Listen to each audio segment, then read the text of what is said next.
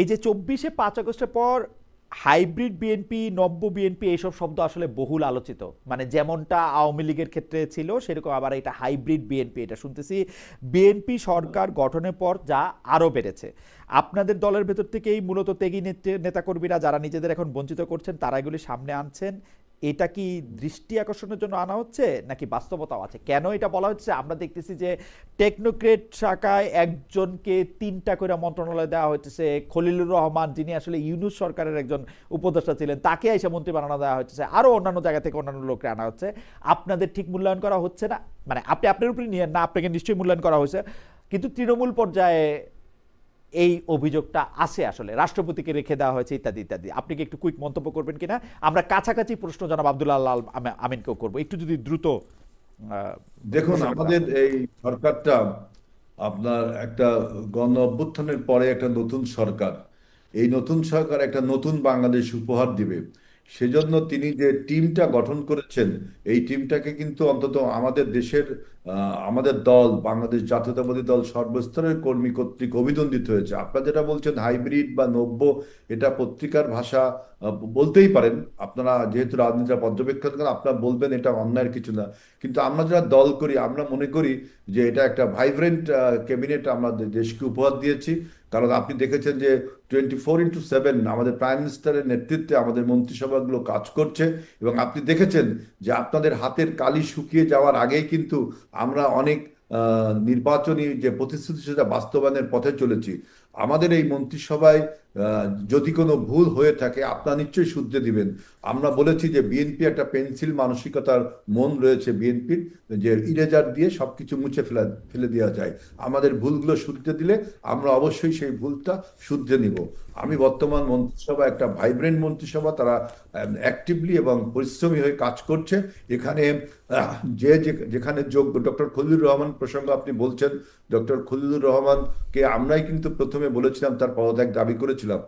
আমরা যখন দেখলাম আমাদের যে, আমি একবারই আলোচনাগুলো আপনার সাথে করেছি যে আমাদের ফরেন পলিসি আর খলিলুর রহমান ফরেন পলিসি ছিল ডিফারেন্ট। আমরা যখন আমাদের ফরেন পলিসির সাথে ঐক্যমত হলেন, অর্থাৎ বাংলাদেশ ফার্স্ট যে ফরেন পলিসি, অথচ আগে ছিল যে friends to all manage to নান, আমরা এই ফরেন পলিসি থেকে যখন ইউটার্ন নিলাম, আমরা বাংলাদেশ ফার্স্ট ফরেন পলিসি ছিলাম, উনি আমাদের এই ফরেন পলিসির সাথে ঐক্যমত ওকে। হয়েছে বিধায় তাকে আমরা কাজে লাগালাম। এছাড়াও আরো কিছু টেকনোক্র্যাট মধ্যে ডক্টর জাহেদকে নিয়েছি, ডক্টর তিতুমিরকে নিয়েছি। এই সমস্ত আহ, লোকজনকে ওই জায়গাটা ওনাকে পারফেক্ট মনে হয়েছে দেশ পরিচালনার জন্য, এই জন্য নেওয়া হয়েছে। এবং আমাদের দলের বিশাল সংখ্যক নেতাকর্মী, সবাই যে সরকারে কাজ করবে তা না, দলেও আমাদের কাজে অনেক স্থান রয়েছে। ওকে। আমাদের আমরা আমার রাজনীতি করি কিন্তু জাতীয় দায়িত্ব এবং কর্তব্য হিসাবে। সবার মন্ত্রী হতে হবে, সবার আপনার সরকার না না, থাকতে হবে তা তো এমন বটেই, কিন্তু। তা তো বটে, তা তো বটে। হেলাল ভাই, আপনাকে ধন্যবাদ। আমি আমি আমি শুধু আমার মন্তব্যটা করার জন্য আমি মানে আমার মন্তব্যটা হচ্ছে যে আপনি তো অনেক পড়ালেখা করেন, তো জেনারেল জিয়াউর রহমানের একটা বই আছে, বইটার নাম হলো একটি জাতির জন্ম। আমার ধারণা আপনি এটা পড়ছেন আগেও।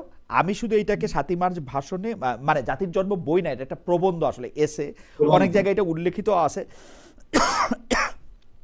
ওইটার মধ্যে 7ই মার্চের ভাষণকে তিনি মুক্তিযুদ্ধের গ্রিন সিগন্যাল বলেছিলেন। আমি ভুল বলতেছি, আমার রিসার্চ টিম ভুল বলতেছে না, আপনি পড়তেছেন, আপনি একটু না, দেখেন। আমরা আমি আপনি এটাকে ঠিক এটাকে বলছেন, মুক্তিযুদ্ধের গ্রিন সিগন্যাল, ঠিক উনি এটাকে বলছেন। মুক্তিযুদ্ধের গ্রিন সিগন্যাল বলছিলেন শোনেন, আসলে। এবং প্রেসিডেন্ট জিয়াউর অন্যতম, রহমান, এবং মানে যাই হোক, এইটা আপনার ব্যাপার, আপনি এটাকে জাতীয় সম্পদ বলতে চান না, জিয়াউর এটা আওয়ামী রহমান লীগের সম্পদ জাতিগত বলছেন, বলছেন যে ভাষণকে এটা একটা গুরুত্বপূর্ণ কিভাবে ঘটনা না, এটা হচ্ছে মূল্যায়ন আওয়ামী করবেন। লীগের বয়ান। এইটা আপনার ব্যাপার, আমি শুধু আপনাকে মনে করায় দিলাম, আর কিছু না। হাওয়েভার, আমি একটু জনাব আব্দুল্লাহ আল আমিনের কাছে যেতে চাই। আব্দুল্লাহ আল আমিন, হাইব্রিডের তো প্রশ্ন আসে না, কারণ এনসিপি একটা তরুণদের দল, কিন্তু এনসিপিদের নিয়ে, মানে দলটা তরুণ, মানে আমি, মানে দলটা তরুণ অর্থে 1 বছরের একটু বেশি সময় হয়েছে দলটা গঠিত হয়েছে, সেই অর্থে বলতেছি। তো এখন এইটাতে হাইব্রিড বা কে পরে আসছে আগে আসছে সেই প্রশ্ন একদমই অবান্তর, কারণ প্রতিদিনই এখানে নতুন নতুন করে দল হবে। কিন্তু এনসিপি নিয়ে একটা প্রশ্ন থেকে যায় জনাব আব্দুল্লাহ আমিন, আপনি এটা খেয়াল করছেন যে না, কারা আসলে এনসিপি? এনসিপির বয়ানটা আসলে কোনটা প্রকৃত বয়ান? মানে এনসিপির জনাব নাহিদ ইসলামের বক্তব্যের সঙ্গেও অনেক সময় এনসিপির অন্যান্য নেতৃবৃন্দের বক্তব্যের একটু তফাৎ দেখা যায়। আমরা এনসিপির মধ্যেও দেখি যে কেউ কেউ হয়তো একটু জামাতের প্রতি সফট, আবার কেউ কেউ একটু জামাতের প্রতি সাংঘাতিক। এখন আপনারা কি এই ব্যাপারগুলি নিয়ে নিয়মিত আসলে বসেন, বা এনসিপির আসলে কাউন্সিল হয় হয়ে কখন আপনারা একটা মানে দলগত একটা অবস্থান নেবেন, আহ্বায়ক কমিটি আর কতদিন, এরকম প্রশ্ন যদি আমরা আপনাকে করি জানাব জি আব্দুল আলামিন। জি, ধন্যবাদ খালিদ ভাই। খালিদ ভাই, আমি এর মধ্যে একটু একটু একটু পিছনে যাইতে চাই। সেটা হচ্ছে হেলাল ভাই বলতেছিলেন যে ৭ই মার্চের ভাষণ বা মুজিবের ব্যাপারে।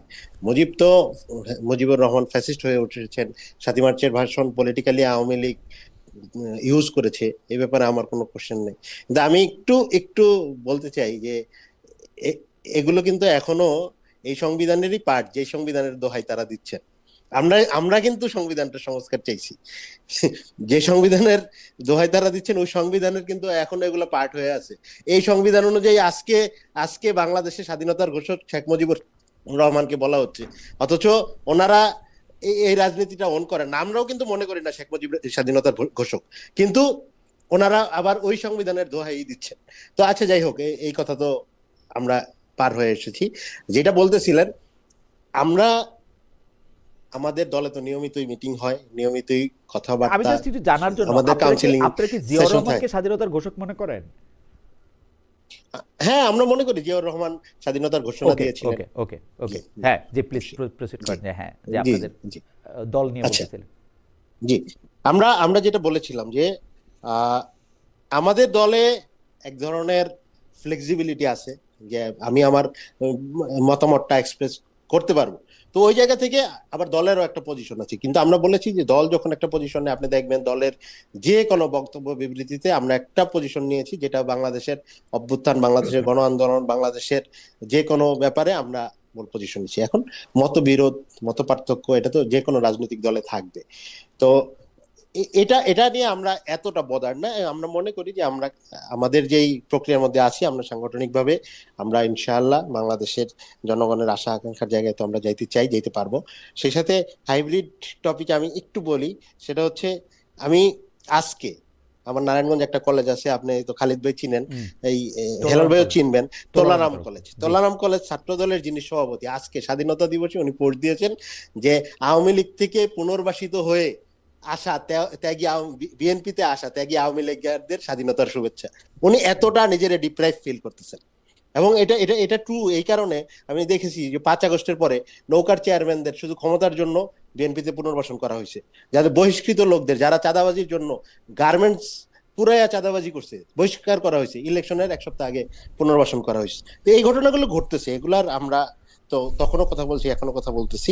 তো আমরা মনে করি যে আমাদের সবগুলো আমাদের শুধু এনসিপি না, আমরা যারা গণ অভ্যুত্থানের পক্ষের আপনাদের দলের রাজনৈতিক কাউন্সিল দলগুলো, কবে হবে সে ব্যাপারে আপনাদের আলোচনা আছে? মানে আপনারা আহ্বায়ক কমিটি হ্যাঁ দিয়ে হ্যাঁ চালাবেন? হ্যাঁ, না না, আহ্বায়ক কমিটি দিয়ে কেন? আমাদের তো গঠনতন্ত্র অনুযায়ী আমরা কাউন্সিল করব, এবং আমরা পুরো কাউন্সিল মানে নিয়ে করবো তো আমরা, ঠিক আছে, আমরা করবো, বা ভবিষ্যৎকাল নিয়ে অনেক না আলোচনা না করছি, না না মানে না এটা কি না ঠিক? না না, আমি জি বলি আমাদের এই কমিটিটা 1 বছরের জন্য হয়েছে। হ্যাঁ 1 বছর হওয়ার পরে আমরা আমাদের জেনারেল বডির মিটিং করেছি। 1 বছর মাত্র পূর্ণ হয়েছে হচ্ছে 8 তারিখ, আমাদের ইলেকশনের সময়। তখন যেহেতু ইলেকশন, ওই ওই সময়ের জন্য আমরা বলেছি যে আর 3 মাস এটা প্রলম্বিত হবে, আমরা কাউন্সিলের মধ্যে যাব। আমরা কিন্তু ওকে, প্রসেসের মধ্যে আছি। অপ্রসেস 1 বছর পূর্ণ হয়েছে। জি হ্যাঁ। ওকে ওকে।